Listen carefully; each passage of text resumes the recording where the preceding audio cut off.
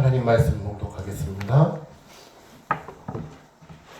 베드로전서 3장 1절부터 12절 말씀입니다. 한 절씩 교독하겠습니다. 아내들아, 이와 같이 자기 남편에게 순종하라.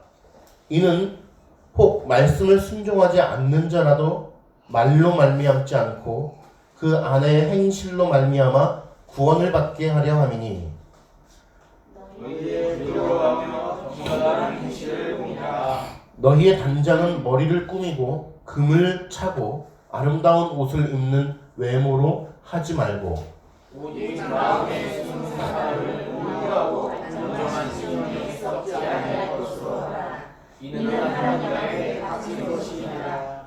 전에 하나님께 소망을 두었던 거룩한 부녀들도 이와 같이 자기 남편에게 순종함으로 자기를 단장하였나니, 사랑과 누구를 주하여 순종하고 같이 너희는 선을 행하고 아무 두려움에도 놀라지 아니하면 그의 딸이 된 것이니라. 남편들아, 이와 같이 지식을 따라 너희 아내와 동거하고 그를 더 연약한 그릇이요 또 생명의 은혜를 함께 이어받을 자로 알아 귀히 여기라.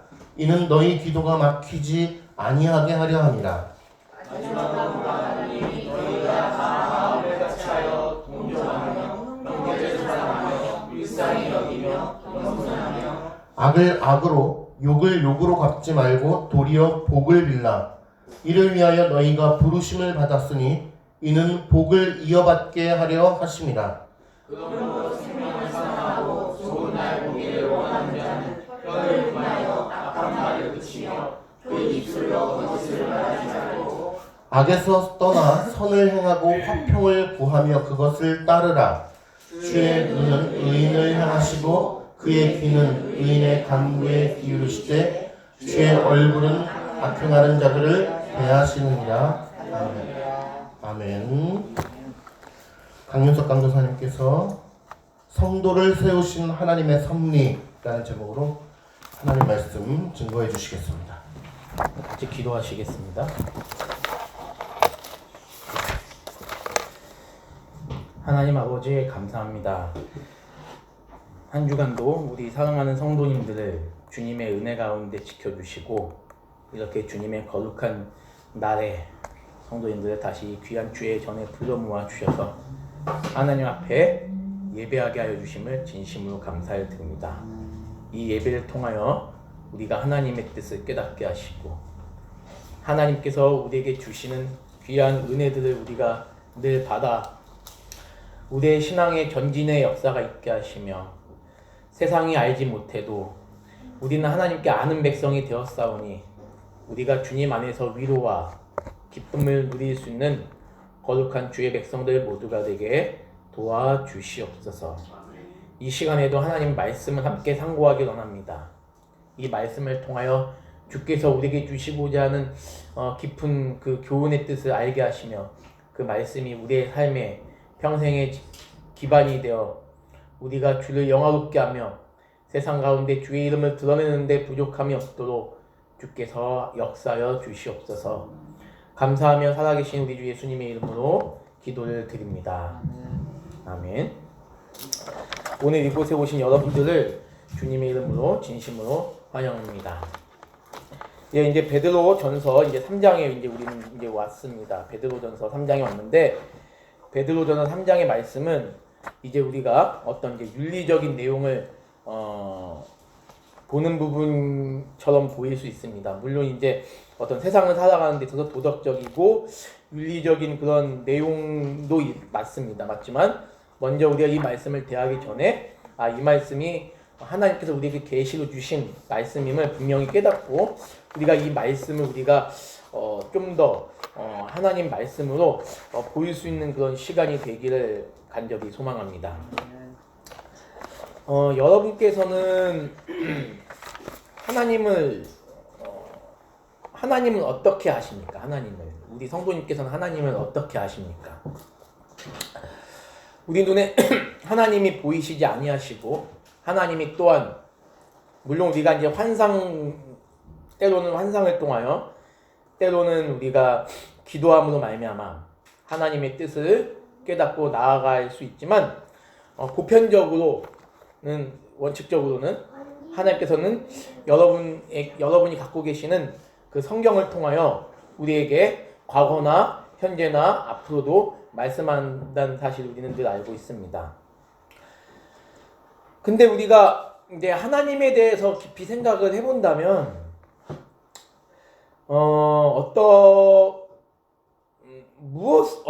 그냥 우리가 하나님이라는 그 단어 하나님 그냥 하나님 왜 하나님입니까? 왜 여러분 왜 하나님이시죠? 왜?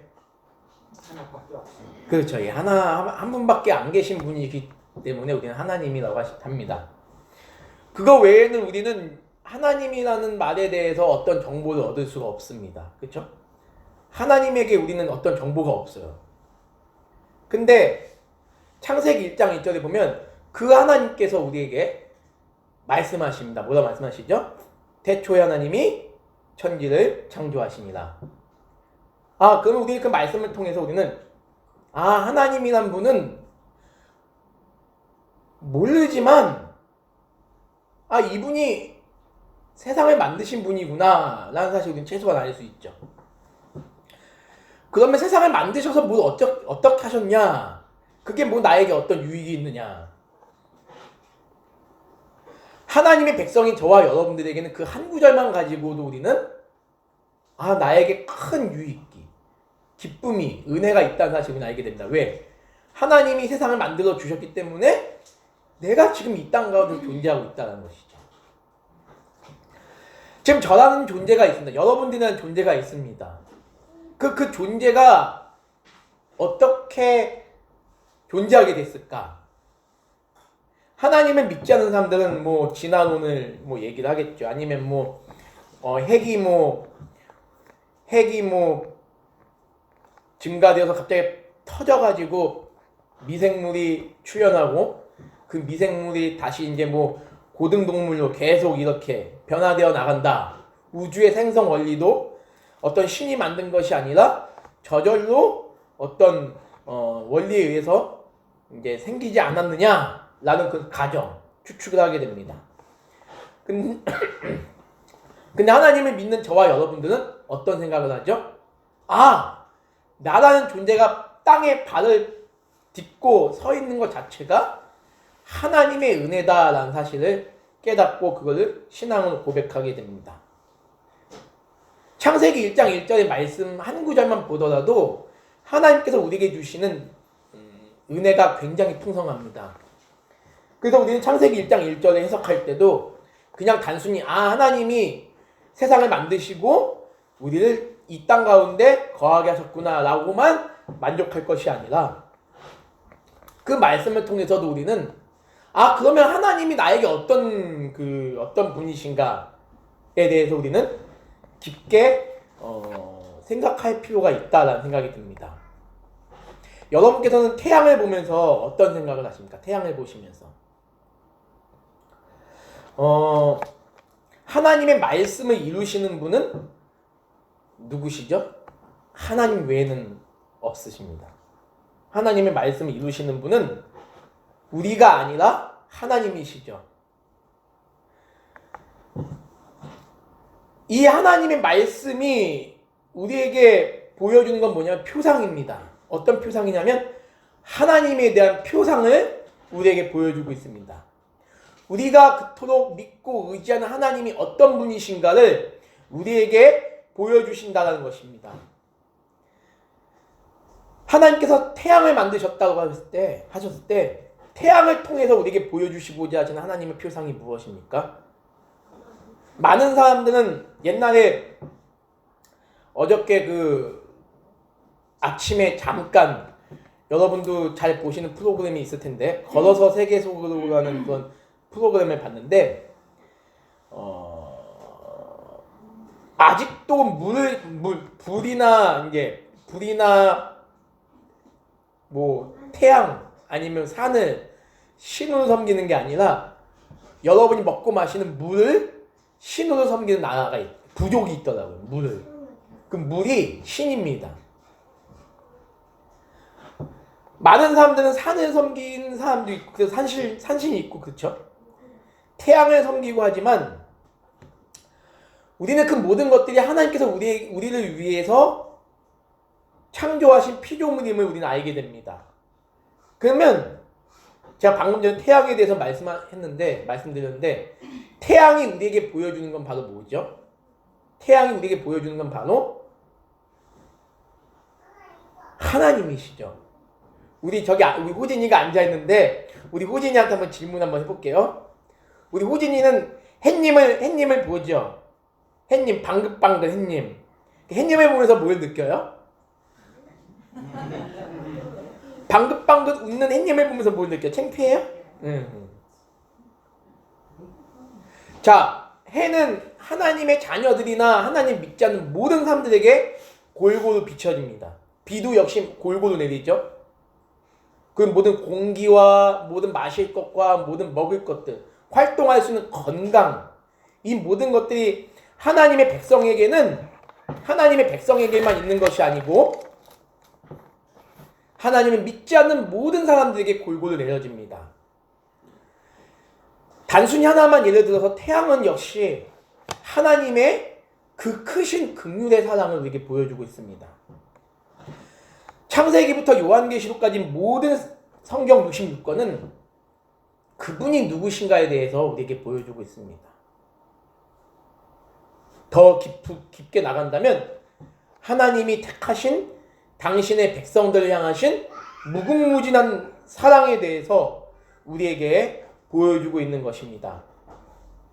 과학은 아무리 최첨단으로 전진하고 발전한다 할지라도 하나님과 그분의 진정한 말씀의 뜻을 우리에게 표상해 줄 수 없습니다. 여러분의 건강, 여러분의 생명, 여러분이 숨을 쉬고 있다는 것 자체가 하나님이 우리를 얼마나 사랑하고 계신가를 실제적으로 보여주시는 은혜의 내용입니다. 그렇기 때문에 저와 여러분이 지금 살아가는 것 자체가 간증의 내용이고 기적의 현장이고 여러분들이 하나님을 의지할 수 있는 원동력이 된다는 것이죠.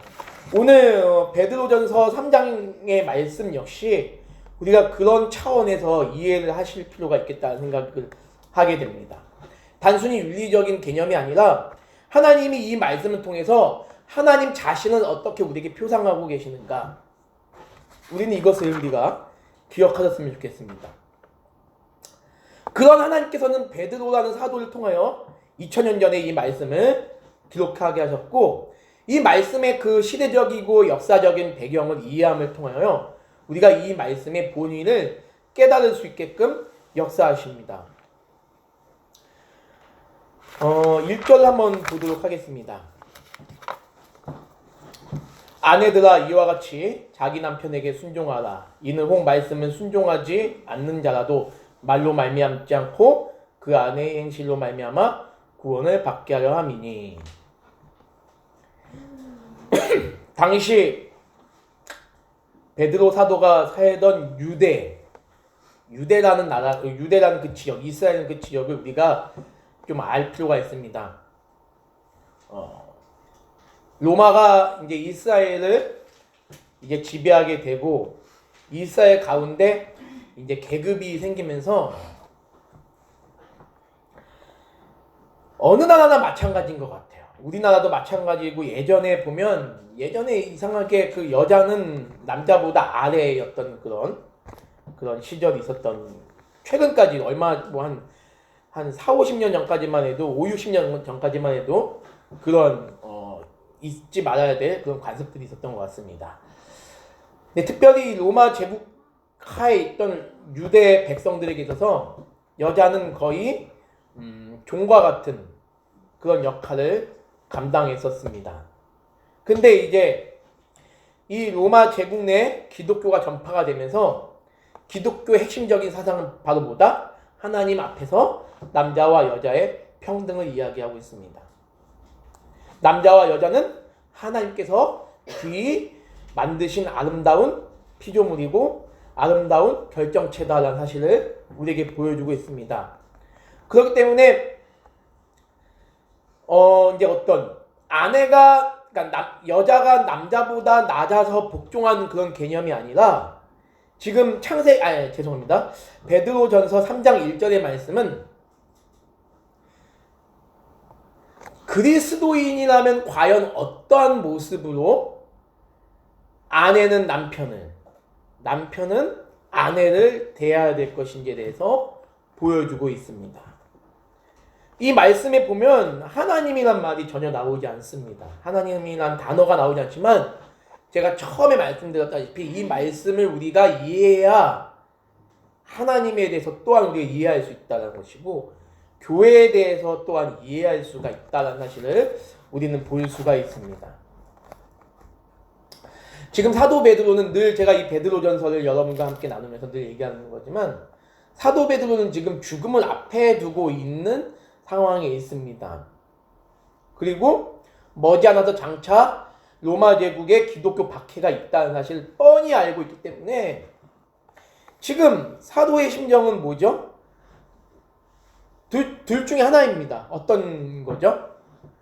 피신하라 도망가라 아니면 끝까지 예수 믿고 죽어라 둘 중에 하나인데 여기서 뚱딴지 같이 아내들은 남편에게 순종하고 7절에 남편들은 아내를 사랑하라. 왜 이런 말씀 하셨을까? 이거를 우리가 깊이 한번 생각해 볼 수 있기를 간절히 소망합니다.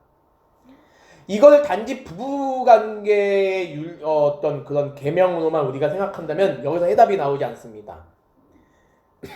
이것을 통하여 하나님께서 베드로 사도를 통하여 우리에게 말씀하시고자 하는 진짜 뜻은 뭐냐면 바로 교회를 향하신 우리 주님의 사랑을 우리에게 보여주고 있다는 사실을 우리는 알아야 될 것입니다.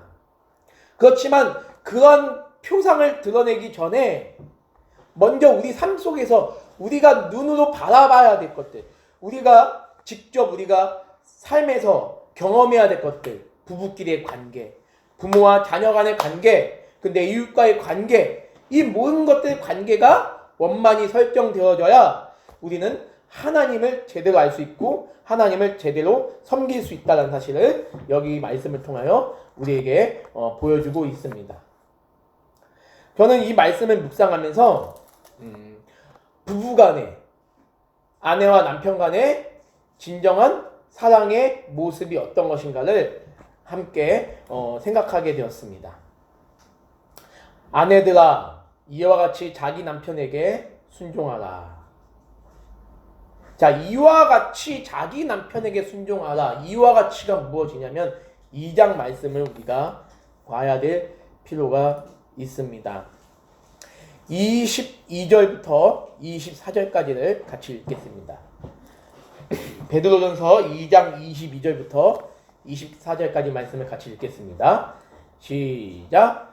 그는 죄를 범하지 아니하시고 그 입에 거짓도 없으시며 욕을 당하시되 맞대어 욕하지 아니하시고 고난을 당하시되 위협하지 아니하시고 오직 공의로 심판하시는 이에게 부탁하시며 친히 나무에 달려 그 몸으로 우리 죄를 담당하셨으니 이는 우리로 죄에 대하여 죽고 의에 대하여 살게 하려 하심이라.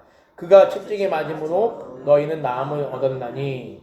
자, 이 말씀을 여러분께서 기억하시면서 베드로전서 3장 1절의 후반부를 한번 읽어보겠습니다. 말로 말미암지 않고 여기서부터 다시 한번 읽어보겠습니다. 시작. 말로 말미암지 않고 그 안의 행실로 말미암아 구원을 받게 하려 함이니. 여기 어떤 연관성이 있어 보이지 않으십니까? 여러분 보시기에.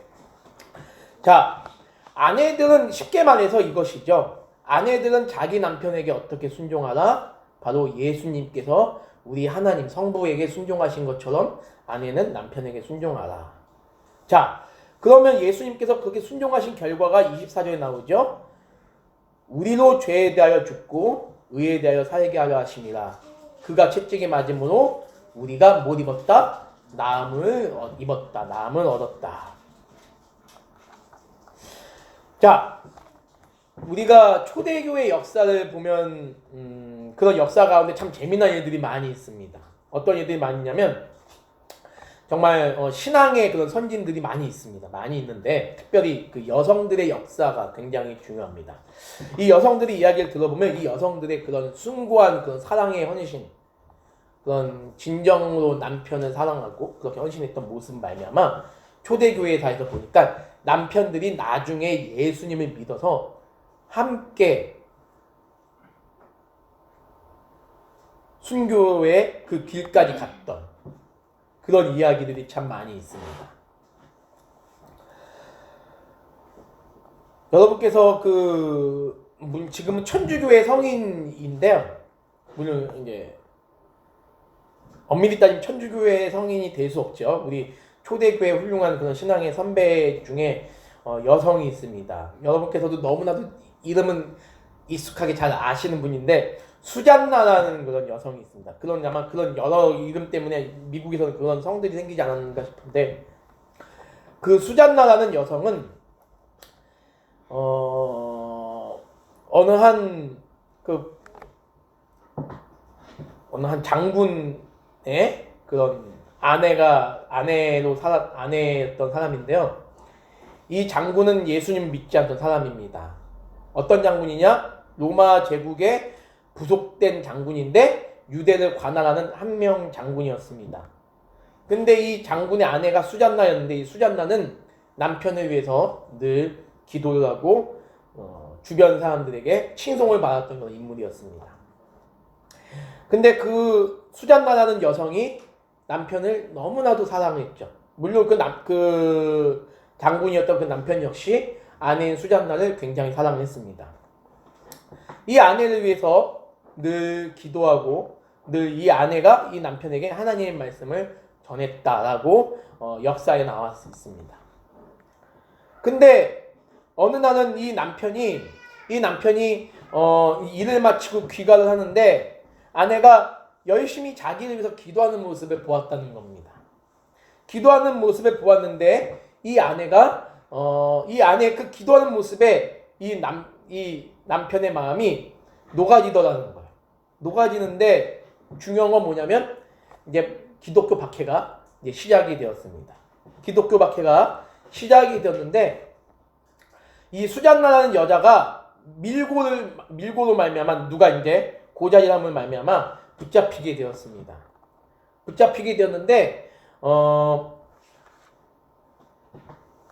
이 아내의 그런 믿음을 말미암아 남편의 그런 장군의 직위가 박탈될 위기에 있었습니다. 박탈될 위기에 있었는데 이 박탈될 위기에 있었음에도 불구하고 그런 지금까지 자기를 위해서 그렇게 헌신하고 사랑을 베풀었던 아내의 그 숭고한 믿음, 그 기독교 그 신앙을 바라보면서 이 남편이 변화가 돼서 과거에는 그 장군의 직위를 놓지 않기 위해서 안간힘을 썼던 남편이 그 아내와 함께 자수를 합니다. 아내가 붙잡혀서 신앙을 그렇게 버리지 않는 모습을 보면서 더 큰 감동을 받은 것 같습니다. 그래서 나도 비록 로마의 봉급을 받는 장군이지만 나 역시 예수를 믿는 사람이다. 근데 많은 사람들이 그가 예수를 믿었다는 사실을 알고 깜짝 놀라게 되죠. 아니, 당신은 지금까지 예수를 믿지 않던 사람이 아니었느냐? 이분이 한 얘기가 있었습니다. 내 아내의 모습을 통하여 나는 주님이 정말 계시는구나 라는 사실을 깨닫게 되었다. 그래서 이 수잔나라는 여성과 이 남편, 장군의 직위를 모두 뺏기고 유배를 당하게 됩니다. 유배를 당해서 손과 발이 잘리는 그런 형벌을 받게 됩니다. 초대교회 역사의 한 구절입니다. 초대교회의 역사를, 그러니까 이 당시의 역사를 우리가 알게 되면요, 지금 베드로 사도가 말씀하고 있는 이 내용이 어떤 의미인지 좀 더 우리는 깊게 이해할 수 있을 거라 생각합니다.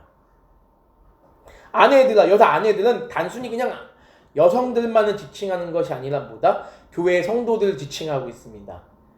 교회 성도로서 속한 여성들, 이 여성들에게 지금 단단히 지금 부탁하고 있는 것이죠. 여러분께서 여러분의 남편을 사랑하고 순종하십시오.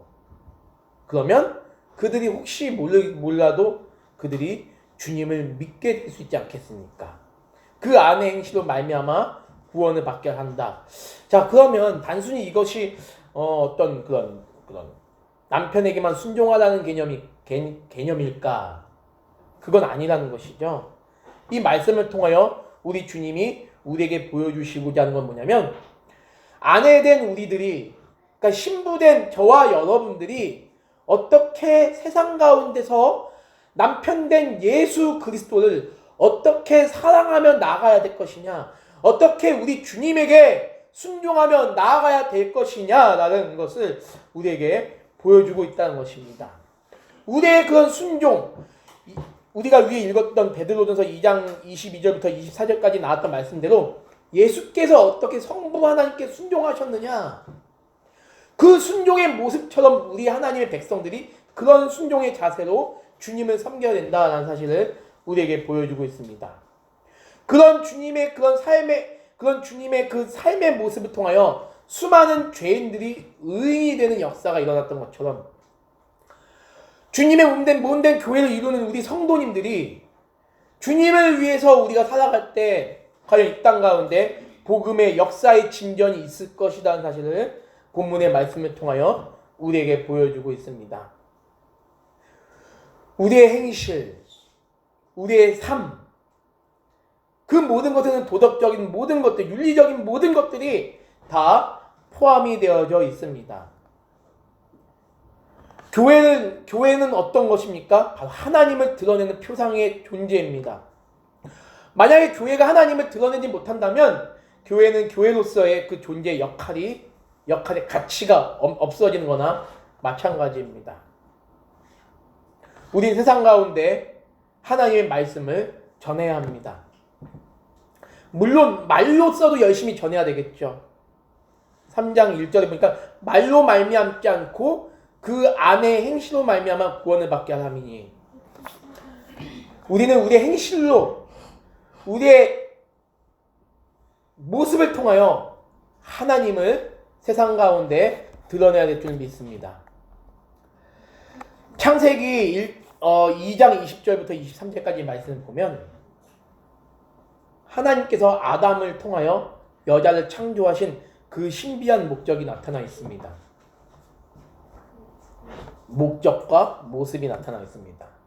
근데 20절에 보면 이런 표현이 있습니다. 아담이 무슨 배필이 없으므로? 돕는 배필이 없으므로. 자, 돕는 배필, 이거는 뭐다? 여성의 아주 숭고한 역할을 우리에게 보여주고 있습니다. 이 말을 좀 거꾸로 말한다면요, 우리 남자분들은 좀 섭섭해하지 마시기 바랍니다. 남자는 여자 없으면 안 된다는 겁니다. 남자는 여자 없으면 안 돼요. 그래서 하나님께서는 결혼의 제도를 만들어 주셨습니다.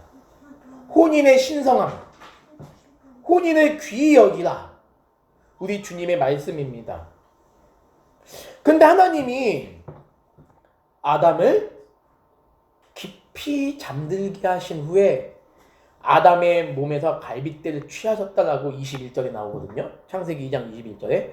자, 우리는 그 갈빗대를 취해서 하나님께서 여자를 만드셨다는 사실을 우리는 너무나도 잘 알고 있지만, 그 앞에 우리가 좀 소홀히 넘기는 구절이 있습니다. 그게 바로 뭐냐면 아담을 깊이 잠들게 하셨다라는 것입니다. 아담을 깊이 잠들게 했다. 여러분께 깊이 잠들면 누가 여러분 업어가도 모른다라는 얘기를 많이 하시잖아요. 아담이 전혀 느끼지 못한 상태에서, 무엇을 느끼지 못하는 거죠? 하나님이 자신의 몸에서 갈빗대를 취하시는 것을 전혀 느끼지 못할 정도로 갈빗대를 살짝 빼셔서 그 갈빗대로 하나님이 여성을 만드셨다는 것이죠. 그런데 아담이 눈을 확 떠보니까 자기가 전혀 생각지도 못했던 하와가 내 앞에 서 있었다는 사실을 우린 보게 됩니다. 남자분들은요, 아내가 있는 거에 감사하셔야 됩니다. 물론 아내도 남자가 있는 것, 남편이 있는 것에 대해서 감사하셔야 됩니다. 왜? 남편이 없으면 나란 존재가 없잖아요. 그리고 아내가 없으면 또 남편의 존재가 없습니다. 서로 뭐다? 상호보완의 관계죠.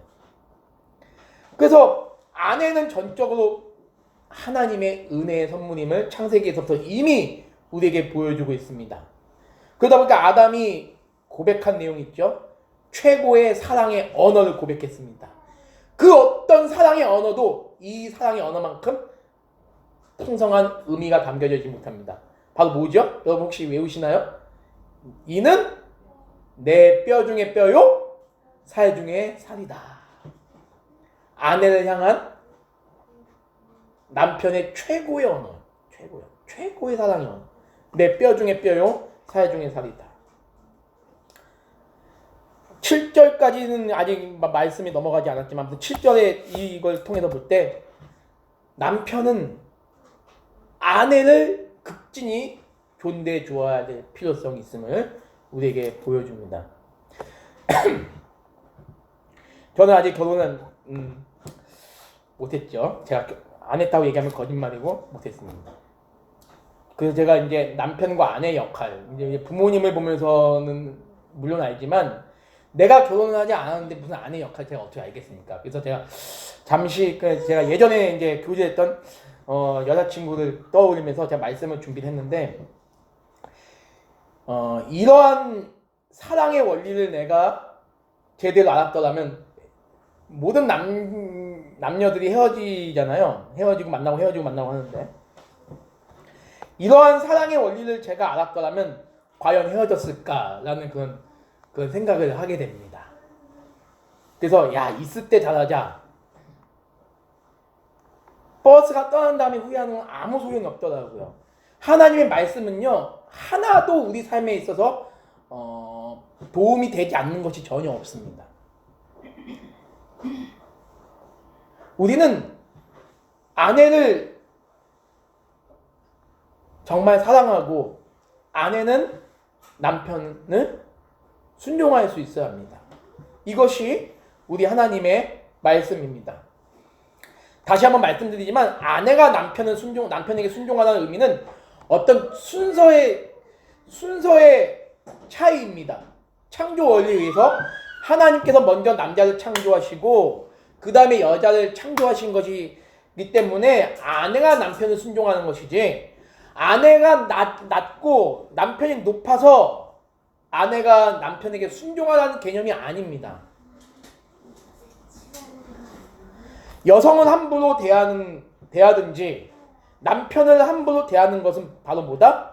하나님이 창조하신 목적에 위배되는 것이기 때문에 이 역시 하나님에 대한 신성 모독이 되는 겁니다. 우리 이 말씀을 우리는 엄중하게 받아들여야 됩니다. 단순 10계명 3계명에 하나님의 이름을 망령되이 일컫지 말라라는 그것만 하나님의 이름을 우리가 함부로 부르거나 하나님의 이름을 함부로 맹세하는 것만이 하나님의 이름을 망령되이 부르는 것이구나가 아니라 남편인 내가 아내를 사랑하지 아니하고 아내인 내가 남편에게 순종하지 아니하면 이 역시 뭐다? 하나님에 대한 신성 모독임을 우리에게 보여주고 있습니다. 2절에 보니까 너희의 두려워하며 정결한 행실을 봄이다. 교회는요 하나님을 두려워할 줄 알아야 합니다. 하나님을 두려워하고 우리는 날마다 성결한 삶을 살아가기 위해서 그 삶을 추구해야 됩니다. 이 교회에 대한 표상을 우리에게 보여주시기 위해서 우리 하나님께서는 사도를 통하여 부부간의 관계에 대해서 우리에게 보여주고 있습니다. 아내든지 남편이든지 우리는 하나님을 두려워해야 되는 것이죠. 결혼 생활에 있어서 제일 중심은 바로 뭐다? 하나님입니다. 남녀가 아무리 사랑해서 결혼한다 할지라도 그 중심에 하나님이 계시지 아니한다면 그 결혼은 뭐다? 하나님을 망령되이 일컫는 삶이 될 것입니다. 하나님을 두려워하게 되면 저절로 하나님의 백성인 부부의 삶은 정결한 삶을 보일 수밖에 없습니다. 교회가 우리 사랑가득 교회가 하나님을 두려워하게 된다면 우리의 삶은 더욱더 거룩하고 성결한 삶을 살아갈 수밖에 없다는 사실을 우리에게 보여주고 있습니다. 3절을 보겠습니다. 너희의 단장은 머리를 꾸미고 금을 차고 아름다운 옷을 입는 외모로 하지 말고, 그 이 말을 진짜 문자적으로 적용해서 뭐 화장을 하지 말라는 것도 아니고 이쁜 옷을 사 입지 말라는 것도 아닙니다. 뭐 필요에 따라서 충분히 사 입으십시오. 화장도 하시고 여성분들이 길거리 다닐 때 화장 안 하고 다니면 그러니까 사람 놀라더라고요. 되게 화장할 때 되게 예뻐 보이는 얼굴이 화장 안 하고 다닐 때 보니까 기겁을 하는 그런 분들이 많이 있는데, 근데 여성은 그게 되게 여자라는 존재는 되게 신비한 것 같아요. 어떻게 그렇게 신비할까? 남자는 화장을 해도 안 해도 그게 그건데 여자는 화장을 하는 거 안 하는 거와 천지 차이인 것 같습니다. 하라고 권장하고 싶습니다. 안 하셔도 됩니다. 안 하셔도 되는데 물론 이제 결혼하셨으니까 안 하셔도 되는데 결혼을 아직 안 한 저 같은 경우는 제가 여자라면 해야 될 것 같긴 합니다. 여기 3절의 말씀에서 우리에게 보여주는 핵심은 바로 뭐죠? 어떤 외적인 형식은 결코 교회를 교회답게 세울 수 없다는 것이죠. 3절 말씀은 우리는 2절 말씀과 연이어서 생각을 해야 됩니다. 우리 이재신 목사님이 저에게 그런 말씀하십니다.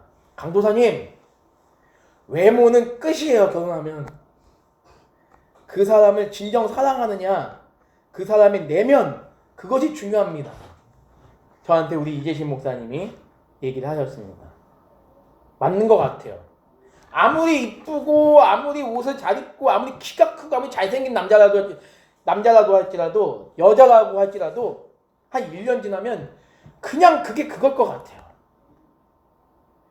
우리는 무엇을 날마다 꾸며야 되겠죠? 아내는 더욱더 우리는 잠언 말씀을 통하여 뭘 깨달을 수 있냐면, 잠언에서 얘기하는 것이 바로 무엇이죠? 바로 현숙한 여자에 대해서 얘기하고 있습니다. 지혜로운 남자에 대해서 얘기하고 있습니다. 성실한 남자에 대해서 얘기하고 있습니다. 하나님을 경외하는 여자에 대해서 얘기하고 있습니다. 이것들이 아내와 남편의 가치를 높여주는 것이다라고 믿습니다.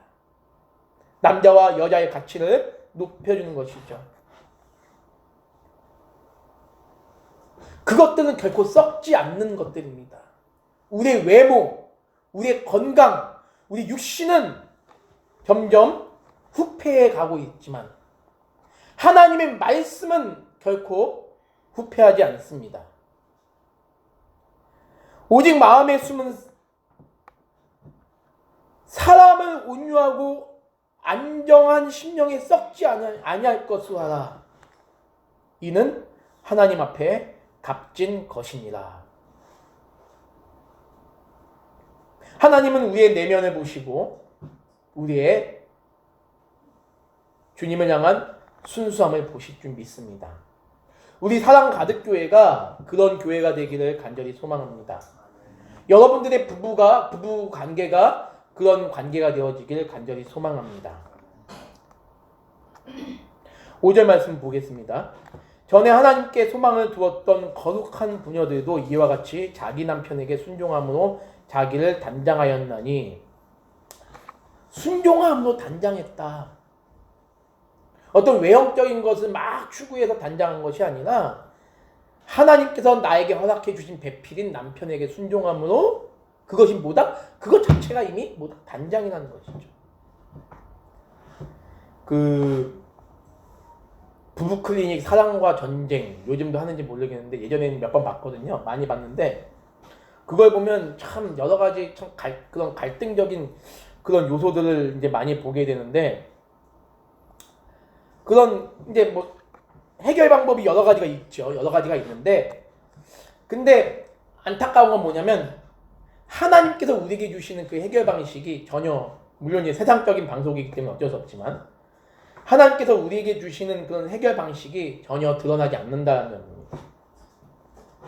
답은 간단하잖아요. 간단한 건 뭐냐면 정말 이 결혼이 얼마나 신성한 것인가, 혼인이라는 게 얼마나 귀히 여겨야 될 것인가를 우리가 안다면, 이 혼인을 우리에게 제정하신 하나님의 그 어미하신 그 뜻을 우리가 깨닫게 될 것이고, 하나님께서 나에게 주신 그 아내, 나에게 주신 그 남편을 얼마나 사랑해야 될 것인지를 더욱더 우리는 절감할 수 있을 것입니다.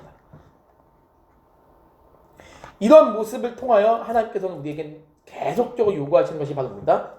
내가 너희들을 이렇게 사랑한다. 교회를 이룬 너희들을 내가 이렇게 사랑한다라는 사실을 주님께서 우리에게 보여주고 있다는 사실입니다. 당연히 우리를 성도로 불러주신 하나님을 사랑해야 될 줄 믿습니다. 그래서 제가 오늘 제목을 성도를 세우신 하나님의 섭리라고 표현해봤습니다. 성도라는 삶은 결혼 생활뿐만 아니라 친구 관계, 직장 생활, 어디에서든지 하나님께서 우리를 세워주신 곳에서 우리는 그 성도의 그 삶을 비추어 나가야 될 줄 믿습니다. 내일 일은 우리는 어떻게 될지 모릅니다. 내일 모레 일도 우리가 어떻게 될지 모릅니다.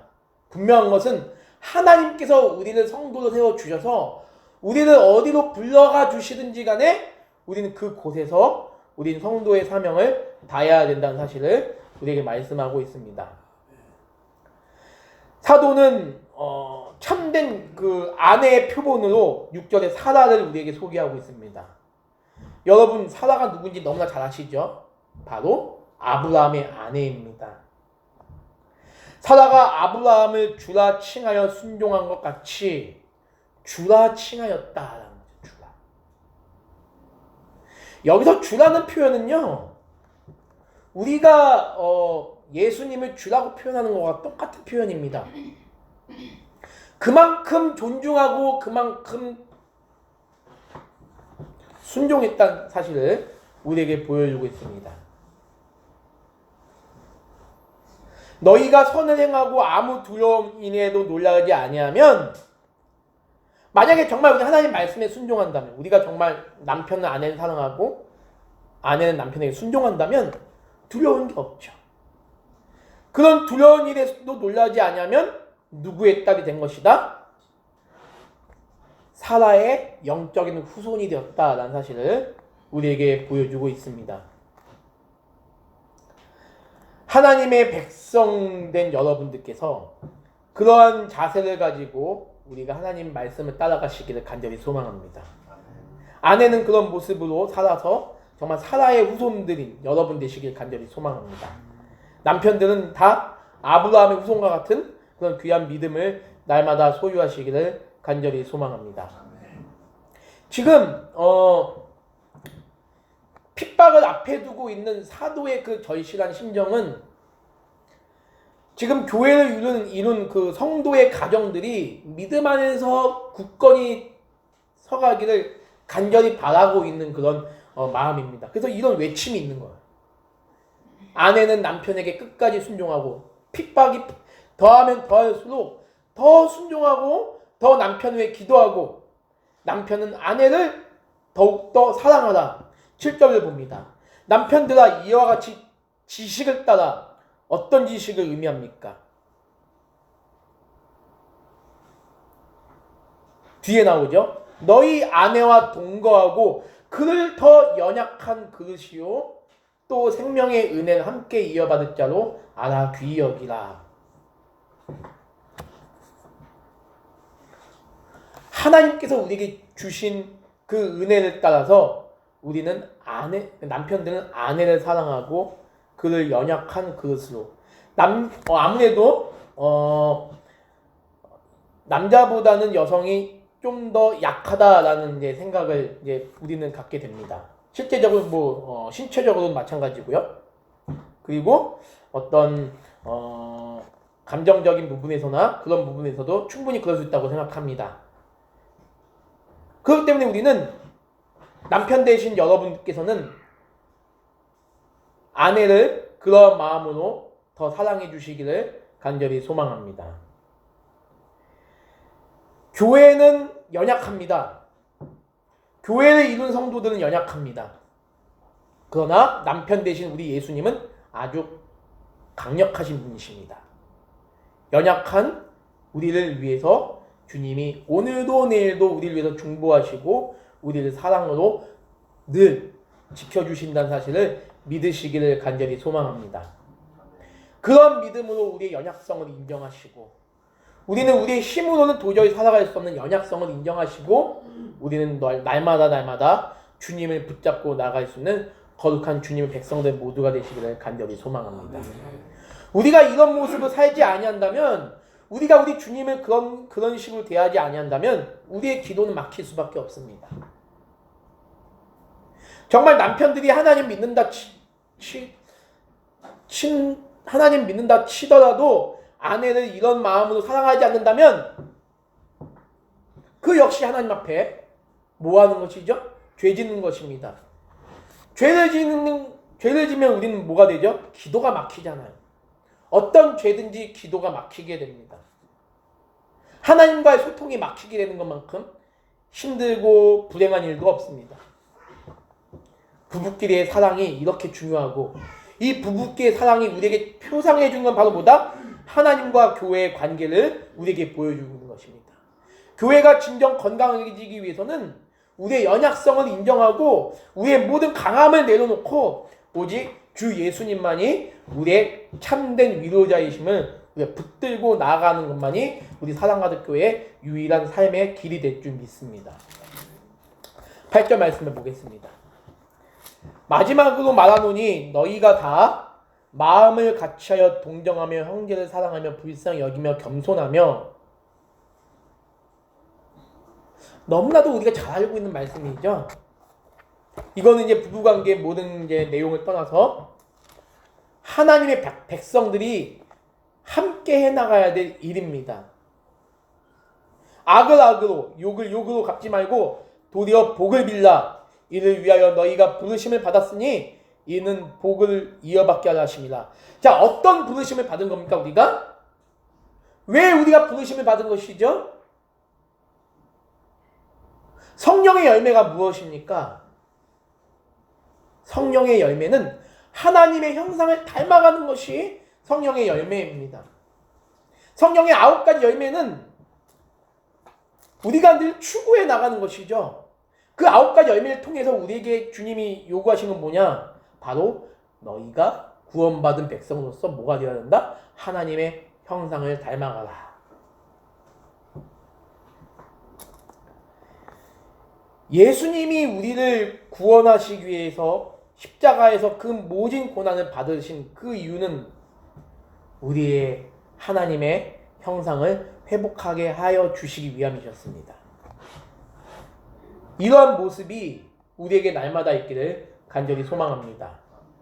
우리는 늘 형제를 사랑하는 마음이 있어야 되고 저도 참 그게 힘들지만 악을 악으로 욕을 욕으로 갚지 않아야 되는데 참 그게 힘듭니다. 우리의 힘으로는 도저히 이룰 수 없는 말씀이 너무 많아요. 성경에는.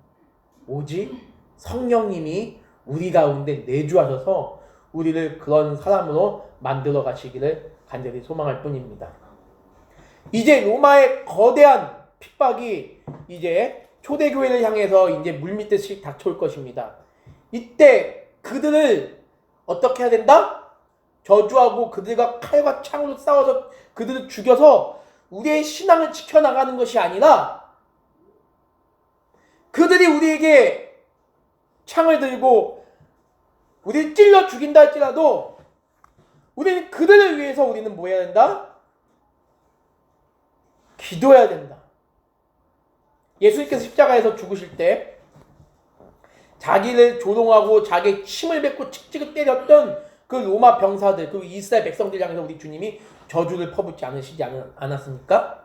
오히려 그들을 위해서 기도하시지 않으셨습니까? 저들은 저들의 죄를 알지 못하나이다. 우리는 우리와 가치관이 다른 자들을 향해서 우리는 기도해야 될 줄 믿습니다.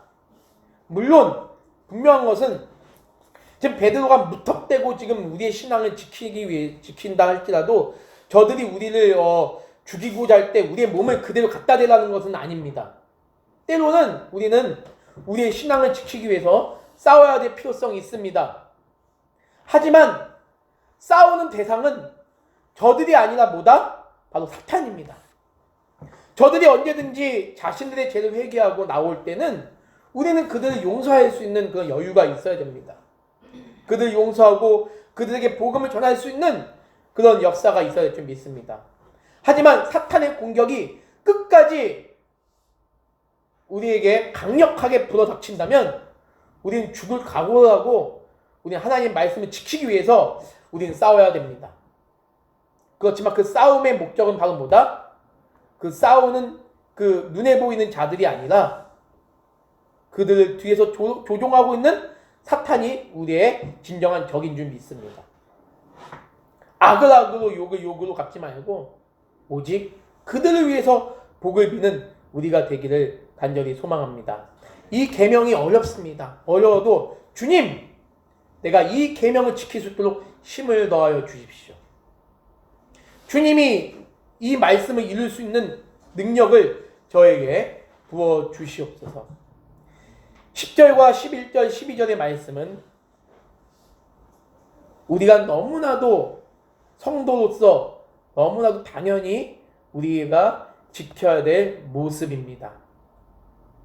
생명을 사랑하고 좋은 날 보기를 원하는 자는, 여기 뭐죠? 이생에서의 삶을 얘기하고 있죠.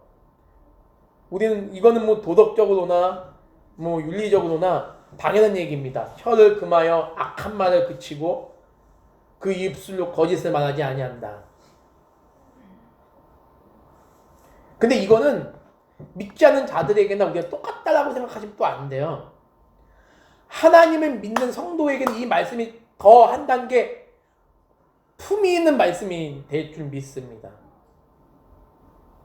세상 사람과 똑같은 선을 행할 수 있는 존재가 아닙니다. 저와 여러분들은요, 제가 조금 전에 말씀드렸다시피 하나님의 형상을 날마다 추구해 나가기 위해서 부름을 받은 존재들입니다. 이것을 기억한다면 이 말씀을 우리가 그냥 그래 이 말씀은 그냥 뭐 당연히 해야 돼, 이게 아니라 이 말씀을 보면서도 우리는 이 말씀이 우리에게 얼마나 엄중하고 두려운 말씀인가를 우리는 알아야 될 필요성이 있습니다. 그런데요, 인간은 참 연약하죠. 그러다 보니까 이 말씀 우리가 엄중히 받는다고 할지라도 똑같은 죄를 많이 짓게 돼요. 그런데 우리 주님은 우리에게 벌하시지 않으시죠. 왜? 주님의 은혜는 늘 우리가 범하는 그 죄보다 훨씬 크기 때문에, 그 주님의 그 은혜가 우리 모든 일을 다 덮어주시기 때문에 우리는 하나님 앞에 오늘도 이렇게 설 수 있는 것입니다. 그렇기 때문에 우리는 날마다 그런 주님의 은혜를 기억하며 오늘은 내가 이렇게 살았으면 내일은 좀 더 거룩하게 살아야지, 그런 모습으로 살아가기를 간절히 소망합니다. 주님의 눈은 분명히 의인을 향하십니다. 그의 귀는 의인의 간구에 기울이십니다. 하나님께서 성도를 얼마나 사랑하시는가, 하나님께서 교회를 얼마나 사랑하시는가, 여러분의 모든 삶을 얼마나 사랑하시는가, 그것을 우리에게 보여주고 있습니다. 동시에 우리 주님은 동시에 악행하는 자들에 대해서도 그 눈과 귀가 향하고 있음을 우리는 기억해야 될 줄을 믿습니다.